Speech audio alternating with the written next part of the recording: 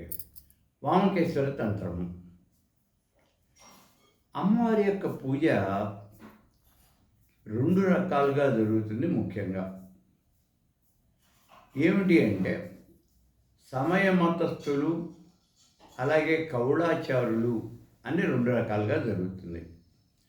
సమయ మతస్థులు లేదా సమయాచారులు అంటే వాళ్ళంతా పూర్తిగా మోక్షవాదులు.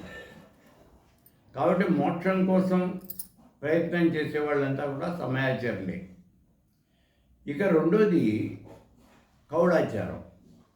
లౌకికమైనటువంటి కోరికలు తీరటం కోసం మనం చేసే పూజలు, అర్చనలు, ఆరాధనలు ఇవన్నీ కూడా కౌళాచారము అనబడతాయి.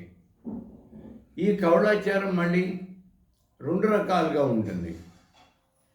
అదే దక్షిణాచారము, వామాచారము. దక్షిణాచారము అంటే వేదంలో చెప్పినట్లుగా మనం అర్చన చేయటం లేదా వేద మంత్రాలతో అర్చన చేయటం, ఈ దక్షిణాచారం.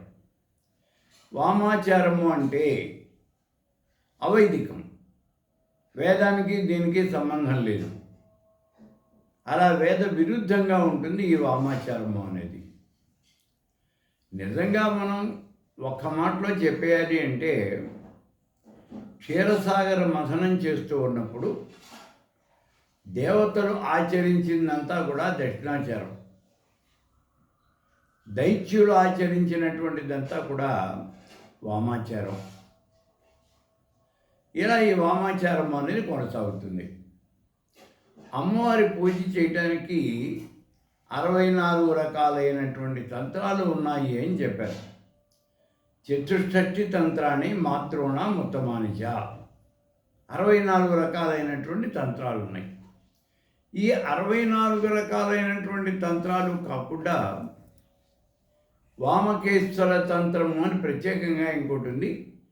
దీన్ని 65వ తంత్రము అని అంటూ ఉన్నారు పండితులు, విజ్ఞులు.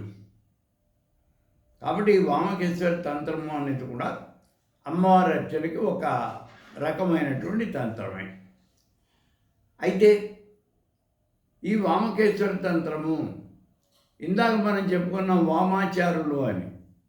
ఆ వామాచారులకు ప్రామాణికమైనటువంటి గ్రంథం ఈ వామకేశ్వర తంత్రం.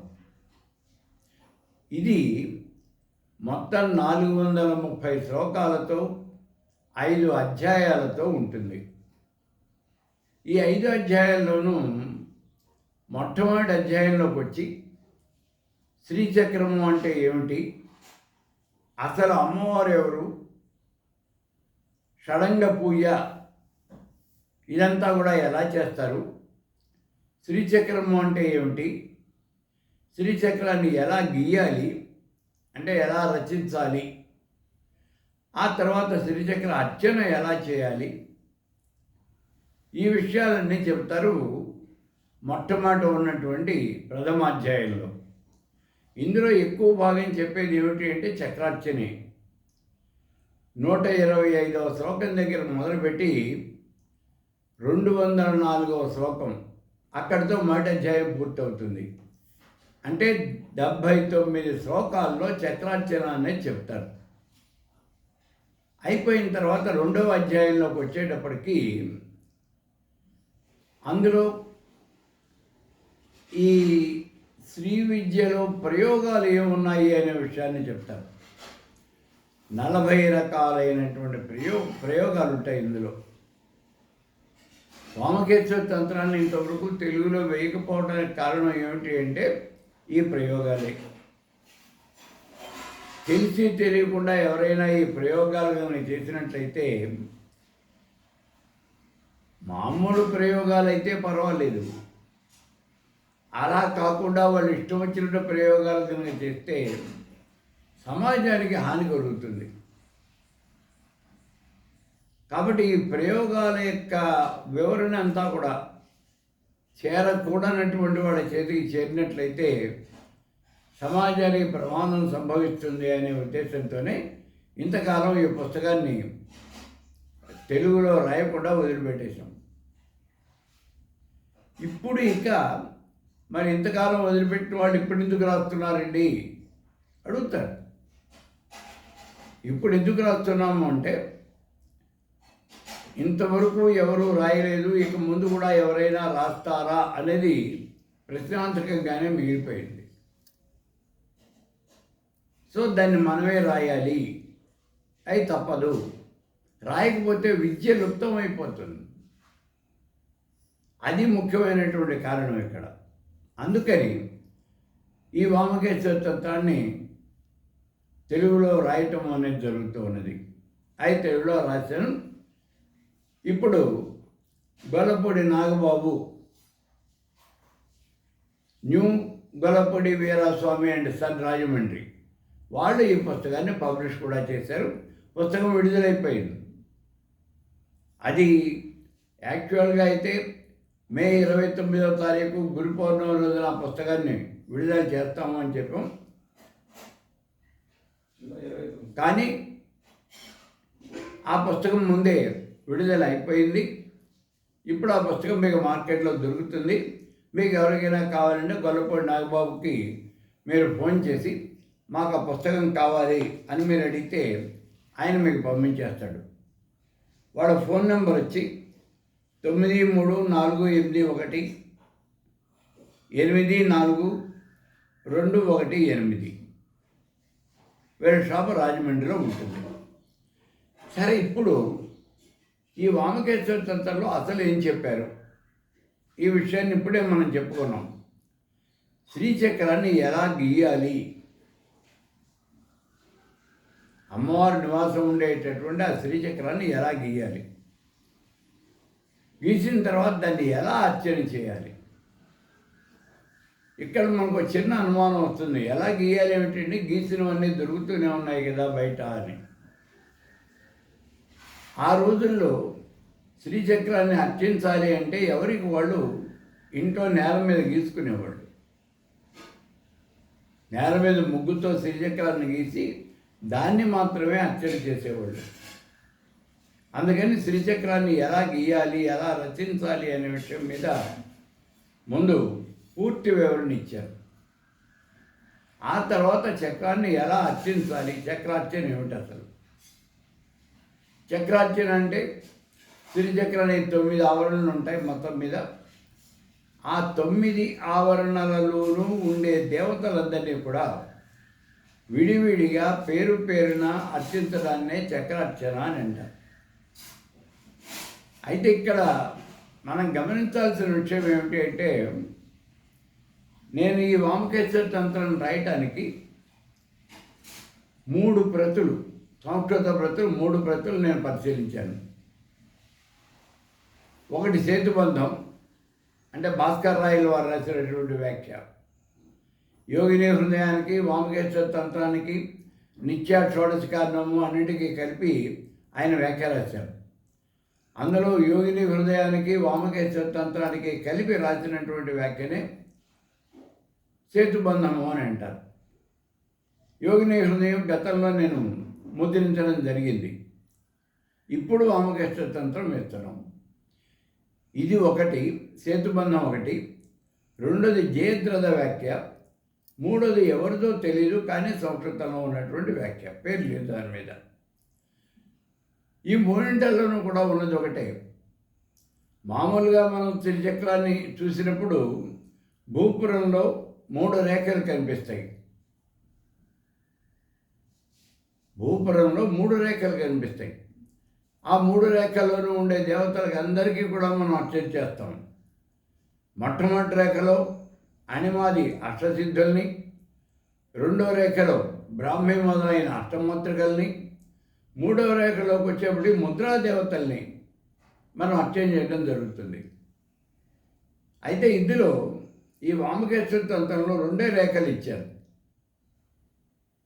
ఒక పుస్తకంలో ఏమైనా పొరపాటు పడిందేమో అని 3 పుస్తకాలు తిరగేశాను నేను.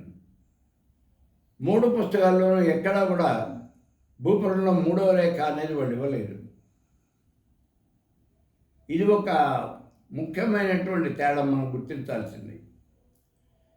ఆ తర్వాత 2వ అధ్యాయంలోకి వచ్చేప్పటికీ ఈ 2వ అధ్యాయంలో పూర్తిగా 40 రకాలైనటువంటి ప్రయోగాలు. ఇందులో చాలా రకాలైనటువంటి ప్రయోగాలు స్త్రీ వశీకరణ కోసం చెప్పబడ్డవి. అదే చాలా ఇబ్బందికరమైన విషయం. ఇవి ఎవరు ఎక్కడ ఎలా వాడతారో అనే భయంతోనే ఎవరు కూడా దాన్ని తెలుగులో ఇంతవరకు ప్రచురించాల. కారణం ఇదే,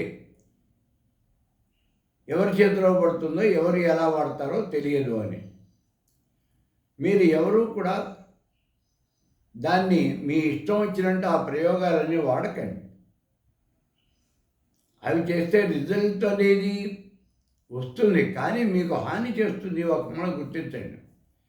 ఏదైనా సరే ఎవరి మీదకైనా ఒక ప్రయోగం చేస్తే వాళ్ళకి జరిగే హాని కన్నా రెట్టింపు హాని మీకు జరుగుతుంది. ఆ మాట గుర్తించండి. రెండోది, ఇలా మీరు ఈ ప్రయోగాలు కనుక చేసినట్లయితే అవతల వాడు మేమేం చేస్తే మీరు ఎలా ఫీల్ అవుతారో మీరు ఒకసారి ఊహించుకోండి. మీకు ఎంత బాధాకరంగా ఉంటుందో చూడండి. అందుకని ఇటువంటి ప్రయోగాలు ఎవరు కూడా చేయొద్దు. ఇక 3వ అధ్యాయంలోకి వచ్చేప్పటికి ముద్రా దేవతలు. అమ్మవారు దశముద్రా సమారాధ్య కదా, అందుకని 10 రకాలైనటువంటి ముద్రలు కూడా ఇందులో ఇచ్చేయడం జరిగింది. 3వ అధ్యాయంలో చెప్పారు. ఇక 4వ అధ్యాయం అక్కడికి వచ్చేప్పటికీ పంచదశి మహామంత్రాన్ని గురించి చెప్పారు. మీకు శ్రీ విద్యలో అతి ముఖ్యమైనటువంటి మంత్రం ఏమిటి అంటే పంచదశి మహామంత్రమే. దాని యొక్క ఆవిర్భావము, అది ఎన్ని రకాలుగా ఉంటుంది, 12 రకాలైనటువంటి పంచదశి మహామంత్రాలు ఉన్నాయి. ఈ విషయం కూడా అక్కడ చెప్పడం జరిగింది. మంత్రాన్ని గురించి పూర్తి విషయం ఆ 4వ అధ్యాయంలో చెప్పడం జరిగింది. అయిపోయిన తర్వాత 5వ అధ్యాయంకి వచ్చేటప్పటికి జపము హోమము. జపం చేయాలి. పార్వతీదేవి పరమేశ్వరుని అడుగుతుంది, దేవదేవ జపం చేయాలి అంటున్నారు కదా, జపం ఎలా చేయాలి, ఏ రకంగా కూర్చుని చేయాలి, ఆసనం మీద ఉండాలి, మనకి జపమాల ఎలా ఉండాలి, ఏ ప్రదేశంలో కూర్చొని జపం చేయాలి, ఇలాంటివన్నీ కూడా అడుగుతున్నాడు. ఏ దిక్కు కూర్చొని జపం చేయాలి, ఇవన్నీ కూడా ఈ అధ్యాయంలో 5వ అధ్యాయంలో చెప్పడం జరుగుతుంది. అంతేకాకుండా 5వ అధ్యాయంలో హోమం కూడా, జపము హోమం. ఈ హోమం అనేది ఎలా చేయాలి, ఇది ఎవరికి వాళ్ళు హోమం చేసుకునేటటువంటి పద్ధతిలో ఈ అధ్యాయంలో హోమ విధానం వివరించడం జరిగింది. ఇలా హోమం అనేది చేస్తాం. దానికి అమ్మవారి యొక్క హోమం ఎలా చేస్తామో అనేది కూడా నేర్పడం జరిగింది. చక్రార్చన అన్నప్పుడు చక్రార్చన ఎలా చేస్తారో అనే విషయాన్ని పూర్తిగా ఇచ్చాం. అలాగే హోమ విధానము అన్నప్పుడు ఆ లలితా త్రిపుర యొక్క హోమం ఎలా చేస్తారో అనే విషయాన్ని కూడా ఇక్కడ ఇవ్వడం జరిగింది. ఈ రకంగా మొత్తం 430 శ్లోకాలతో 5 అధ్యాయాలతో ఉంటుంది ఈ వామకేశ్వర తంత్రం. ఇంతకీ ఇక్కడ గొప్ప విషయం ఏమిటి అంటే, మనం అమ్మవారి యొక్క పూజలో ఎక్కువగా వాడేది ఖడ్గమాల. ఈ ఖడ్గమాల యొక్క ప్రాశస్త్యం ఏమిటి అంటే, శ్రీచక్రంలో 9 ఆవరణలలోనూ ఉండే దేవతలందరూ కూడా ఈ ఖడ్గమాలలో చెప్పబడతారు. అని మా సిద్ధేలకి మా సిద్ధే గారి మా సిద్ధే మై మా సిద్ధే, అక్కడి నుంచి అది ప్రథమ ఆవరణం భూపురంలో మొదటి రేఖ. అక్కడ సిద్ధి దేవతలు చెప్తారు. 2వ రేఖలో బ్రాహ్మీ మహేశ్వరి కౌమారి వైష్ణవి. 3వ రేఖలో ముద్రా దేవతలందరినీ చెప్పడం జరుగుతుంది. ఇలా ఒక్కొక్క దేవత ఒక్కొక్క ఆవరణలోనూ ఏ ఏ దేవతలు ఉన్నారో మొత్తం చెప్పడం జరుగుతుంది ఖడ్గమాలలో. ఈ ఖడ్గమాల అనేది వామకేశ్వర తంత్రంలోనే ఉన్నది. ఇది పెద్ద నానుడి. కానీ విచిత్రం ఏమంటే, నేను 3 పుస్తకాలు 3 రకాలైనటువంటి ప్రతులు వ్యాఖ్యలు నేను పరిశీలించాను. అందులో ఎక్కడ నాకు ఖడ్గమాల దొరకల. ఏ పుస్తకంలోనూ కూడా ఖడ్గమాల లేదు. కాబట్టి వామకేశ్వర తంత్రంలో ఖడ్గమాల లేదు అనే ఆ కంక్లూజన్కి నేను వచ్చాను. అయితే మరెక్కడుంది అని అడుగుతాను. మరెక్కడుంది అంటే నాకు తెలియదు, వెతుక్కోవాల్సిందే. వామకేశ్వర తంత్రంలో మాత్రం లేదు, నాకు అందులో ఎక్కడా కనపడలేదు. కానీ దీనికి వ్యాఖ్య రాసినటువంటి వాళ్ళు ఖడ్గమాల మీద వాళ్ళు వ్యాఖ్య రాసిన మహానుభావులంతా కూడా ఇది వామకేశ్వర తంత్రే ఉమామహేశ్వర సంవాదే అనే రాశారు ఈ ఖడ్గమాలని. ఈ విషయాన్ని ఒక్కసారి గుర్తించండి. మీకు ఎవరికైనా కనుక ఆ ఖడ్గమాల ఎక్కడ ఉన్నదో తెలిస్తే దాన్ని ఒకసారి నాకు కూడా పంపించండి. నెక్స్ట్ ఎడిషన్లో దాన్ని కరెక్ట్ చేసుకుని అది ఎక్కడ ఉందో ఏమిటో ఆ వివరాలని కూడా మేము ప్రచురిస్తాం. ఈ రకంగా ఈ వామకేశ్వర తంత్రం ఈ పుస్తకం మార్కెట్లో దొరుకుతుంది. ఇప్పుడు మీరు కావాల్సిన వాళ్ళు ఇందాక చెప్పాను కదా, new Nagendra's Gollapudi Veeraswamy and son. వీళ్ళు ఎక్కడ ఉంటారు అంటే కోటిపల్లి బస్ స్టాండ్ దగ్గర, రాజమండ్రి. Phone number 9341848218. వాళ్ళకి మీరు ఫోన్ చేయండి. మీకు ఈ వామకేశ్వర తంత్రమే కాదు, నేను రాసినటువంటి 125 పుస్తకాల్లోనూ ఏ పుస్తకమైనా సరే వాళ్ళని అడగండి. ఆ పుస్తకం కనుక అవైలబిలిటీ ఉంటే వెంటనే వాళ్ళు మీకు పంపిస్తారు. కాబట్టి వామకేశ్వర తంత్రాన్ని మీరు new Nagendra's Gollapudi Veeraswamy and son దగ్గర మీరు దాన్ని సంపాదించుకోవచ్చు.